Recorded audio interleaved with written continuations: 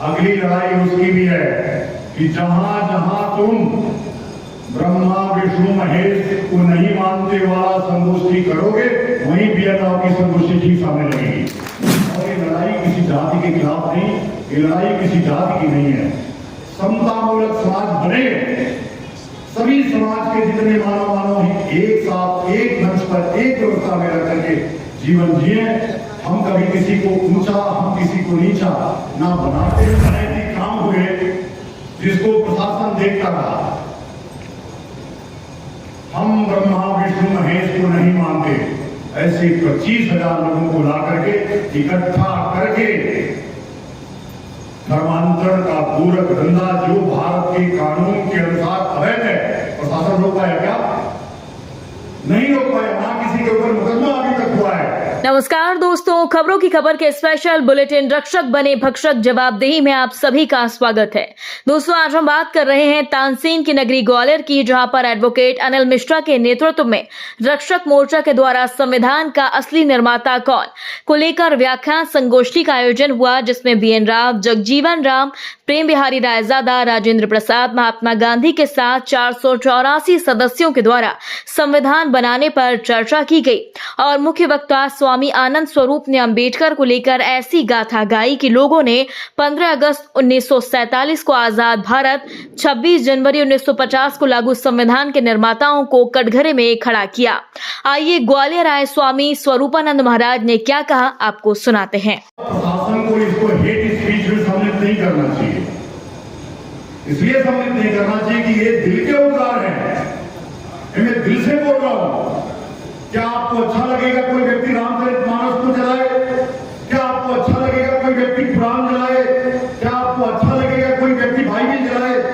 यदि नहीं तो मनुस्मृति क्यों जलाई जा रही है, जो हमारे लिए आज सदियों से कानून की किताब रही है।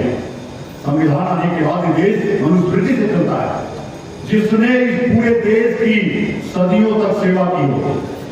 और जब मनुवादी लोग कहते हैं तो जानना चाहिए कि मनु महाराज थे, राजा थे, क्षत्रिय थे, ब्राह्मण नहीं थे।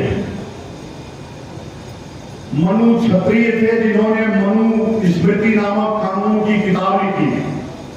इसलिए मनु स्मृति को जलाते समय क्षत्रियों का गौरव भी जगना चाहिए। और जब शस्त्र और शास्त्र इकट्ठा हुआ है, यह देश का परिवर्तन हुआ है। यह देश फिर से शस्त्र और शास्त्र को इकट्ठा मांग रहा है। और जिस दिन शस्त्र और शास्त्र जब मैं बोलूं तो उसको अन्यथा मत कीजिए। हमने शास्त्र पढ़ने से किसी को मना नहीं किया। किताबें मार्केट में मिल रही हैं, आप खूब पढ़ो, हमसे खूब विचार करो, जितना चाहो संस्कृत पढ़ो। लोग कहते हैं कि मनुस्मृति अम्बेडकर जी भी पढ़े थे, आप भी पढ़िए, ठीक से पढ़िए, असली वाली पढ़िए, मैक्स मुलर वाली मत पढ़िए, जिसमें छेपक जुड़े हैं उसको मत पढ़िए।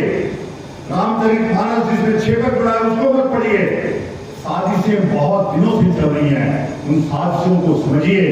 और देश की गुलामी में यही मैंने एक दिन प्रश्न किया कि आरक्षण 1919 में लागू हुआ था, 106 वर्षों में आपने क्या बना दिया आरक्षण से, जरा बता दीजिए। क्या परिवर्तन हो गया है? यदि परिवर्तन नहीं हो गया तो इस आरक्षण नामक बीमारी को इस देश से समाप्त करिए। मैं इस पक्ष में भी नहीं हूं कि किसी को ईडब्ल्यूएस, किसी को फलाना, बिल्कुल नहीं।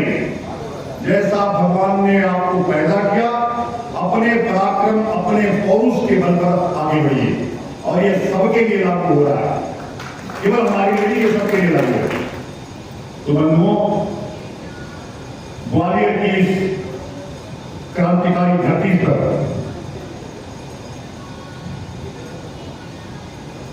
कई ऐसे अनैतिक काम हुए जिसको प्रशासन देखता रहा। हम ब्रह्मा विष्णु महेश को नहीं मानते, ऐसे 25,000 लोगों को ला करके इकट्ठा करके धर्मांतरण का पूरक धंधा जो भारत के कानून के अनुसार अवैध है, प्रशासन रोक पाया क्या? नहीं रोक पाया। ना किसी के ऊपर मुकदमा अभी तक हुआ है। अगली लड़ाई उसकी भी है कि जहां जहां तुम ब्रह्मा विष्णु महेश को नहीं मानते वाला संगोष्ठी करोगे, वहीं BN राव की संगोष्ठी ठीक सामने लगेगी। और देखो, लाइव में आकर संभालना हमारा काम नहीं है, ये काम पुलिस का है। पुलिस अपना काम करे। यदि वो हम पे कोई ऐसा आक्षेप लगाएंगे, हमारे धर्म को कमजोर करने की साजिश करेंगे, धर्मांतरण का गोरख धंधा चलाएंगे, तो उनसे तगड़े शब्दों में जवाब दिया जाएगा। पीछे हटने वाले नहीं हैं वो। और पुनः प्रशासन का बहुत धन्यवाद है कि उन्होंने, यहाँ के IG को बहुत धन्यवाद है, यहाँ के DIG को बहुत धन्यवाद है, थोड़ा धन्यवाद यहाँ के SP को भी थोड़ा इसलिए कह रहा हूं कि कल से जो प्रताड़ना उन्होंने हम लोगों के साथ की है, कल से उन्होंने जो हम लोगों के साथ दुर्व्यवहार किया है, वो भूलने लायक नहीं है और वो तो बिल्कुल ही अक्षम्य है। फिर भी क्योंकि हम संत हैं, संत हृदय नवनीत समाना, संत का हृदय घी जैसा कोमल होता है, तो हमने उनको क्षमा कर दिया है, पूरे प्रशासन को क्षमा कर दिया। प्रशासन लड़ करके आपकी सुरक्षा कर रही है, इसके लिए पुनः मैं ग्वालियर के प्रशासन को बहुत धन्यवाद देता हूं। और पुनः उन पराक्रमी योद्धाओं को जो इतनी विपरीत परिस्थितियों में की जान करके भी प्रशासन पकड़ना लगा रहा है, इतनी बड़ी संख्या में आए ग्वालियर में, इन सबके लिए मैं सर झुका करके सबको प्रणाम करता हूं।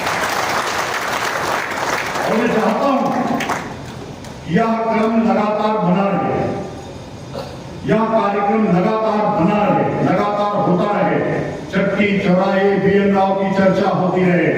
चित्र कम पड़े तो ग्वालियर के लोग बताए, मैं ग्वालियर में इसको बनवा करके दूंगा, हर घर में, हर मंदिर में चित्र पहुंचे।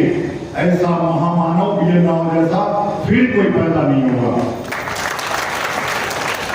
और आपको संभालने के लिए आपकी जो छितरी बिखरी हुई शक्ति है, अनारक्षित वर्ग के लोगों को, उन आरक्षित वर्ग के लोगों को जिन्होंने उस व्यवस्था के साथ सर्वाधिक पीड़ित हुए, हमारे बैठे हैं सरदारी, इन्होंने सिटी स्वीकार किया, उन्हीं लोगों से पीड़ित हो गए।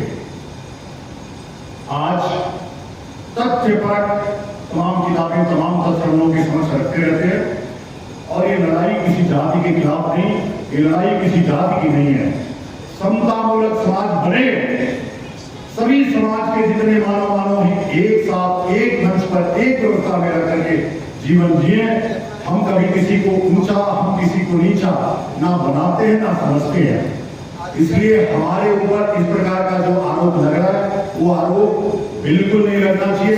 हम चाहते हैं कि सत्य की स्थापना हो, हम चाहते हैं कि BN राव को भारत सरकार वो सम्मान दे जिसके वो हकदार थे, जिन्होंने मिलकर के संविधान को बनाया।